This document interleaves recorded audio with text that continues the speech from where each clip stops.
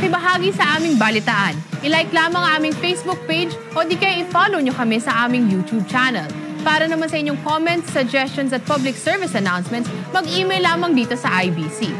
At yan, ang mga makabuluhang balitang aming nakalap. Muli po kami magbabalik bukas. Maraming salamat, Pilipinas! Ako po si Shontel Nieto at ito ang IBC Tutok 13. Kaibigan ng bayan, kaibigan ng katotohanan.